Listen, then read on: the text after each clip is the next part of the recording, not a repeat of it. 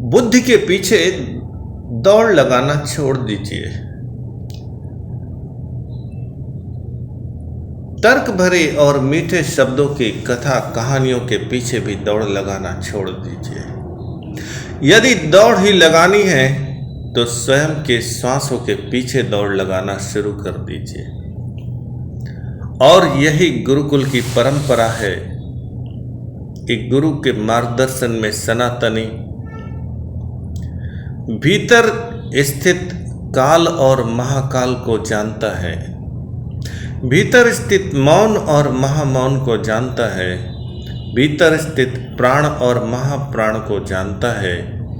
और यही सनातन धर्म का मूल अभ्यास है।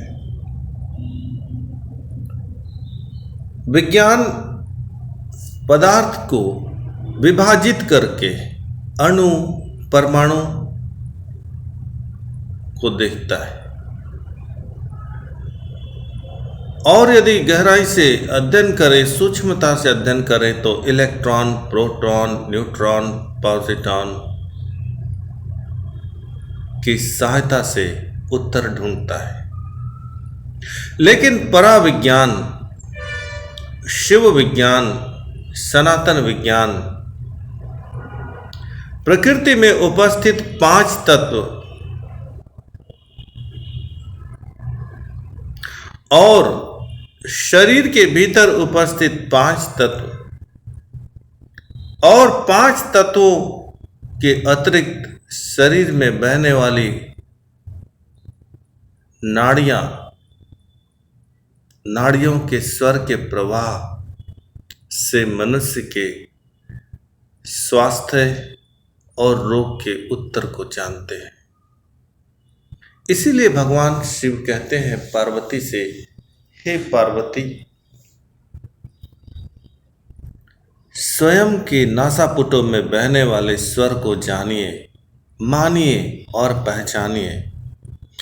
तभी चित्त के मल को दूर किया जा सकता है, तभी शरीर के मल को दूर किया जा सकता है और एक स्वस्थ चित्त, एक पथगामी चित्त, संतुलित संवेग युक्त चित्त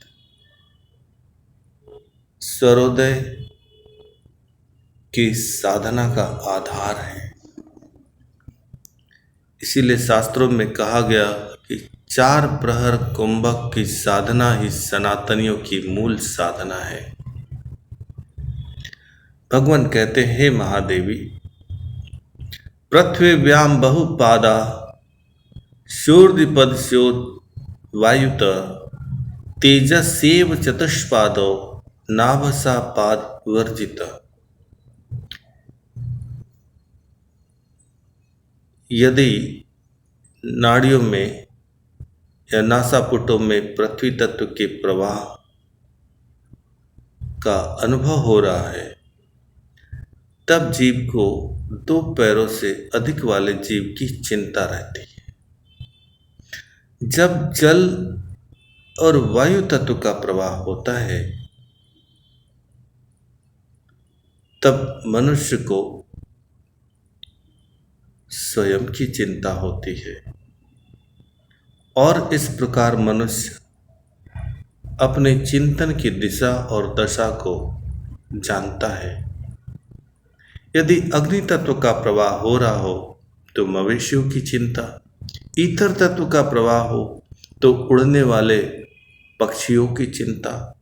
इस प्रकार भगवान कहते हैं कि यदि नासापुटों में बहने वाले स्वरों का ज्ञान हो जाए, नाड़ियों में बहने वाली धाराओं का ज्ञान हो जाए, तो मनुष्य की चिंता और उसके प्रकार और उसके कारण को अनुभव किया जा सकता है। आगे भगवान कहते हैं, कुजो वही रवि पृथ्वी सौराप प्रकृति का वायु स्थान स्थितो राहुर्दक्ष रंध्र प्रवाह का। यदि सही सौर स्वर में मंगल, सूर्य, शनि, राहु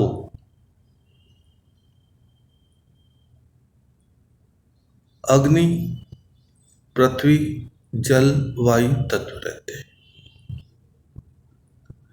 आगे भगवान कहते हैं कि जलम चंद्रो बुधः पृथ्वी गुरुवात सितो अनल वामनाड्या स्थिता सर्व कार्येषु निश्चित।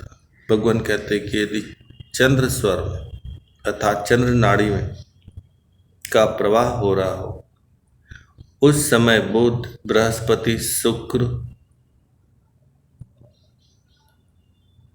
जल, पृथ्वी, वायु, अग्नि तत्व के रूप में उपस्थित रहते हैं।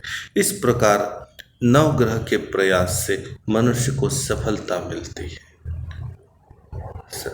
साधकों, ये जो प्राणवायु आती है ये आकाशीय तत्वों से आती है और हमारे नासापुटों में सूर्य नाड़ी और चंद्र नाड़ी में बहती है। यदि सौर स्वर प्रवाहित हो रहा हो तो कौन से ग्रह का प्रभाव होगा, और यदि चंद्र सौर नाड़ी प्रवाहित हो रही हो तो कौन से ग्रहों का प्रभाव होगा, इस विषय पर कहते हैं। आगे कहते हैं पृथ्वी बुधो जलाद्विंदो शुक्रो वही रवि कुंज वायु राहु शनि व्योम गुरुदेव प्रतिकृत। भगवान कहते हैं कि पृथ्वी बुध का प्रतीक है, जल चंद्रमा का, अग्नि सूर्य का, मंगल शनि का और राहु वायु तत्व का प्रतीक है। आगे भगवान कहते हैं प्रवास प्रश्न आदित्य यदि राहुर्गतो निल्ले तदासौ चलितो गेयम स्थानांतर अपेक्षित। अब भगवान बात करते हैं देवी से, उपदेश करते हैं देवी को कि हे देवी, यदि यात्रा संबंधी कोई प्रश्न किया जाए तो उसका निर्णय कैसा लेना। सौर स्वर के वायु तत्व में राहु का वास हो जाने से यात्री एक स्थान से दूसरे स्थान पर जा रहा है ऐसा जानना चाहिए। आगे भगवान कहते हैं आयाति वारुणे तत्वे तत्र वासित शुभोचितो प्रवासी पवने अन्यत्र मृत्युराव वानले भवेत्। भगवान कहते हैं कि यदि जल तत्व का प्रवाह सक्रिय है तो यात्री के लौटने का प्रश्न पूछा जा सकता है, और यदि वायु तत्व का प्रवाह हो तो यात्री कहीं जा रहा होगा। यदि अग्नि तत्व का प्रवाह बह रहा हुआ तो मानो कि व्यक्ति की मृत्यु निश्चित है। इस प्रकार नाड़ियों में बहने वाले स्वरों के तत्वों को जानकर व्यक्ति के चित्त में उठने वाले प्रश्न स्थिति के विषय में कहा जा सकता है। आगे भगवान कहते हैं पार्थिवे मूल विज्ञानम शुभम कार्य जले तथा आग्नेय धातु विज्ञानम व्योमनि विनिषदेत। भगवान कहते हैं यदि पृथ्वी तत्व प्रधान है तो प्रश्न पेड़ पौधों से संबंधित होगा। यदि जल तत्व का प्रधानता है तो शुभ कार्यों का प्रश्न होगा। यदि अग्नि तत्व की प्रधानता है तो धातु संबंधी प्रश्न होंगे।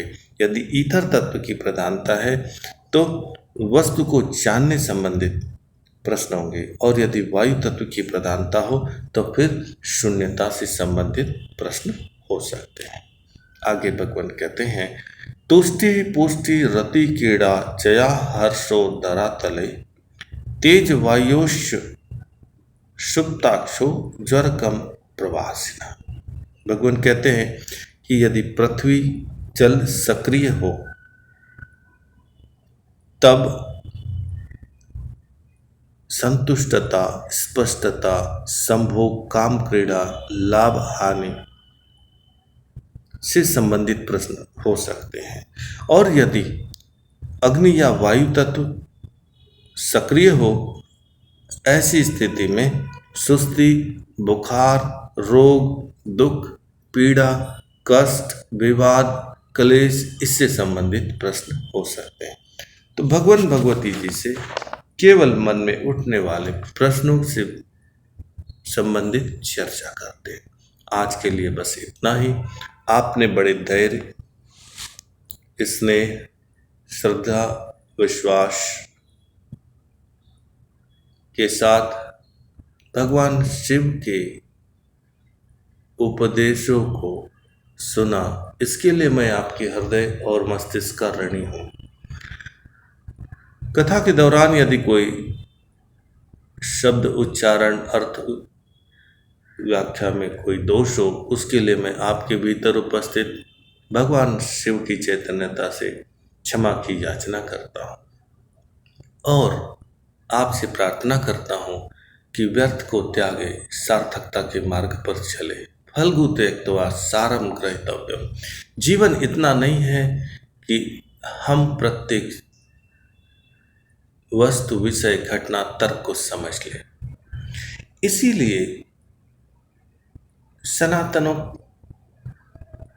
की परंपरा में गुरु का मार्गदर्शन अत्यंत आवश्यक है। गुरु दक्ष हो, शिष्य कट्टर हो, तो फिर जीवन सफल हो जाता है।